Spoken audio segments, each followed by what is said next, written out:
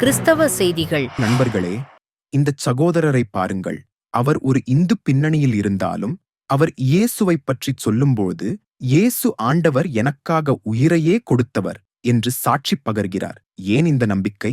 அவர் இயேசுவின் வல்லமையை அனுபவபூர்வமாக உணர்ந்திருக்கிறார். ஏசாண்டவர் நான் சில பேர் சொல்லுவாங்க நம்பிக்கைப்பட மாட்டாங்க. ஆனா ஏசாண்டவர் அப்படியேப்பட்டவர் கிடையாது. தனக்கு உயிரே கொடுப்பார் ஏசாண்டவர். எனக்கு நல்ல பாம்பு கடிச்சதுக்கு நான் ஏசப்பா அவர் தான் காப்பாத்தினாரு. 3 பெட்டுக்கு மாறின ஏசப்பாவுடைய சிலுவாகப்பட்டது தான் எனக்கு உயிரை காப்பாத்தி கொடுத்தாரு ஏசப்பா. அவருடைய ஜபம் பண்ண தண்ணி என்னுடைய காலிலேயே என்னுடைய உடம்புலயும் தடவுன. என்னுடைய உடம்பு தூய்மையாக இருக்குது. எந்த ஒரு குறைபாடு கிடையாது.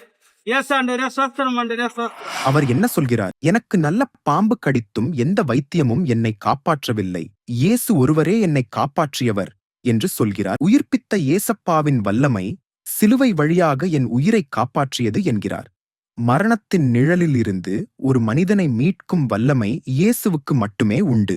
சகோதரர் தொடர்ந்து இயேசுவின் நாமத்தில் ஜெபிக்கப்பட்ட தண்ணீரை தன் உடலில் தெளித்தபோது அவரது உடல் முழுவதும் தூய்மையாக இருந்தது என்றும் எந்த ஒரு குறைபாடும் இல்லை என்றும் உறுதியாக பறைசாற்றுகிறார்.